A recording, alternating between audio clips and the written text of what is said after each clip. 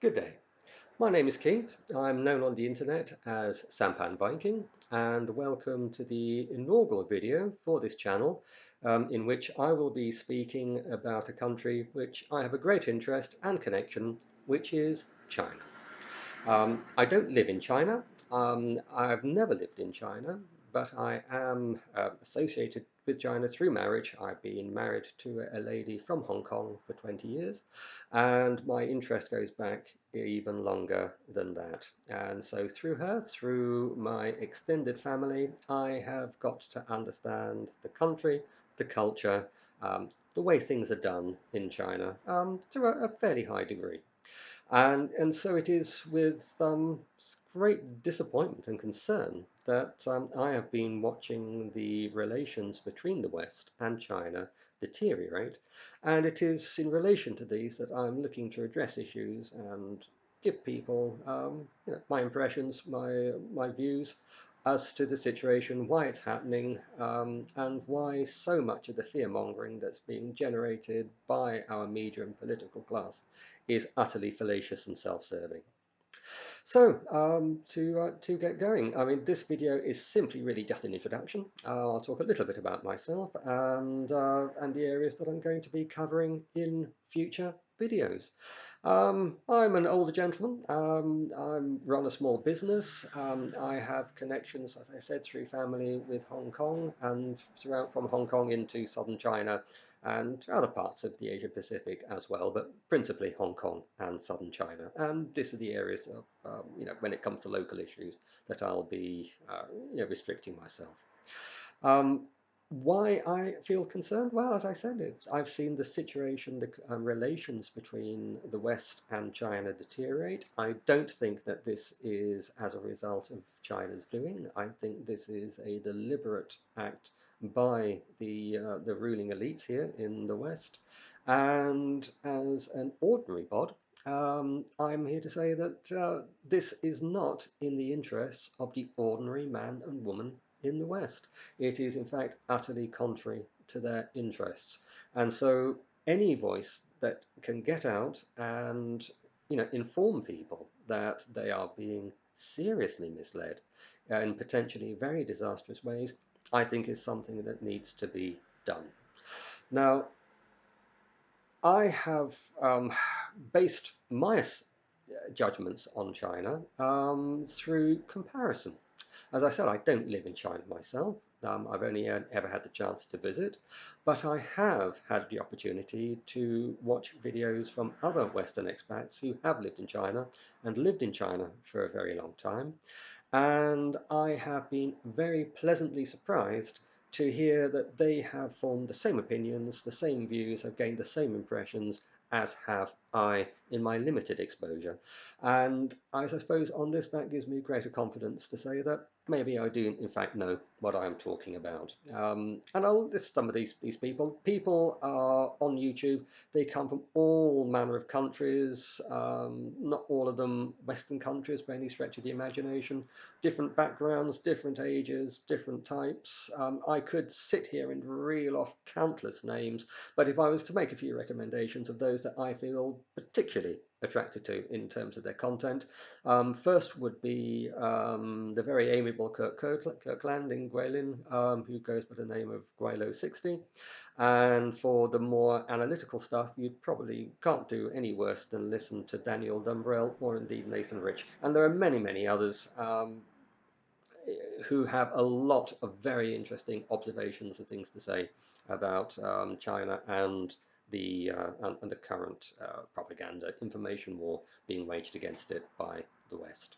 So there is, I think, one thing just to add to that is to say that, other than that I've watched their videos, what again makes me think that I have any kind of affinity with these people as opposed to some other voices? Well, that's, a good question. I mean, and there are other voices. There are visitors who go to China who come back with negative impressions, and there are expats that live in China, mainly for work secondment, that kind of thing, and they don't necessarily come back with very good impressions. But the big difference that I see between myself and the people who make the most positive noises, the people that have been in China for a very, very long time, is that we are all married into Chinese families, and this means that we have, many, many years of experience of dealing within within the confines of Chinese society. And this, I think, is a big advantage, to be able to understand things in the inside. And whether you're in China or not in China, you're still on the inside. You still get to see things from how they are internally. And, some things become pretty obvious. And most of these things I'll be covering in more detail in other videos, but just for a very, very brief outline. And again, why are people frightened of China? It is because it is a big country, it's a very populous country, and it is a country with a very different culture, from the culture of the West. Uh, but it is their culture, and it is the culture that they've grown up with. It's the culture that they're used to, and they accept.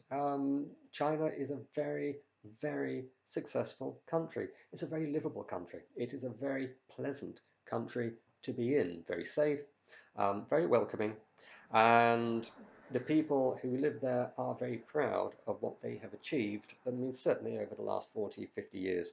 Um, in terms of turning their country around and turning it into the major superpower that it is today. Um, so yes, kind of China has its own culture. They don't do things the same way that we do at home. That's not going to change, and they really don't appreciate other people telling them how to do things, especially people who don't necessarily have the best record in their dealings with China over recent history. So again, people have to learn, I think, to live and to live and let live. There are different ways of doing things. Nobody has a monopoly of virtue. I know the West likes to think it has, it doesn't. And if people take the chance to look at what China does and how China does things, you will find that life is actually not that bad, and there are many things that we could learn. Now, of course, what the system in China is called socialism with Chinese characteristics. And socialism over here has received a pretty bad rap, and some would say deservedly so. But I think this takes away from the fact that really, it's the bit that people aren't familiar with, the Chinese characteristics. And the Chinese system has a lot more really to do with Chinese characteristics than it has to do with socialism or communism or anything else like that. What we have in China today is a highly modernized version of Chinese traditional culture. And the socialism is, again, dovetails with many traditional Chinese features very, very nicely. And it creates a very a very bearable society. If I say that it's a very Chinese word that 1.4 billion people live together in relative harmony, well, that's absolutely true. They rub along with minimum friction. When you consider the social problems, when you consider the intercommunal strife, when you consider sectarianism, when you consider inter-ethnicity problems that bedevil so many parts of the world, including the Western world, these really are not known in China, or certainly not known to anything like a similar degree. And attempts to portray things as otherwise are really quite dishonest. And this, again, is a problem that a lot of people like me and people that live in China have, with the output media and political that's coming from the West on these subjects. So there we have it. In short, I'm going to be looking at more of the geopolitical aspects of China rather than the social and the day-to-day. I don't live in China, so I can't really do that. But I've had an interest in the geopolitics. That's what drew me really in the first place, back in the late 90s. And I have watched China change. I've watched China develop. I've watched a country flower, in a way that has been nothing short of incredible.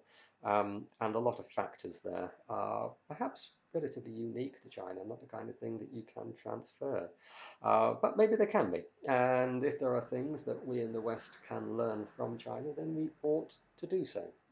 Because at the end of the day, they have a system that seems to work for the demands of the 21st century, for the demands of major urbanized living, far better, I'm afraid to say, than we do in the West. And that gives me no great pleasure to say. I have a great interest in my Nordic heritage and culture. I'm known to many people who are involved in those areas, but I have to freely admit that a system which was developed to cater for the needs and aspirations of 50,000 warrior farmers living in Scandinavia in the Iron Age does not really translate to today's mega cities and hundreds of millions, billions population all crammed together in modern urban spaces. It doesn't work, it's not applicable, and something new needs to be found. And at the moment, it seems to be that the Chinese have the right mix. And this scares people, which is really sad because this is a country that is the least threatening, I think, of any country that I have ever, encountered or experienced. It is not an expansionist power. It has a strong cultural identity throughout all its parts, and it looks to hold itself together. Um, but stories you hear about, after it'll be Taiwan and then it'll be South Korea and Japan and the Philippines. I think it's absolute bunk. And it's bunk by snake oil salesmen, politicians who are really just trying to sell you the politics of fear in order to line their own pockets, mainly from lucrative backhanders from the military industrial complex who will profit handsomely from public fear demanding ever more expensive, probably not well-performing weaponry, which to contain the threat that they have imagined for us.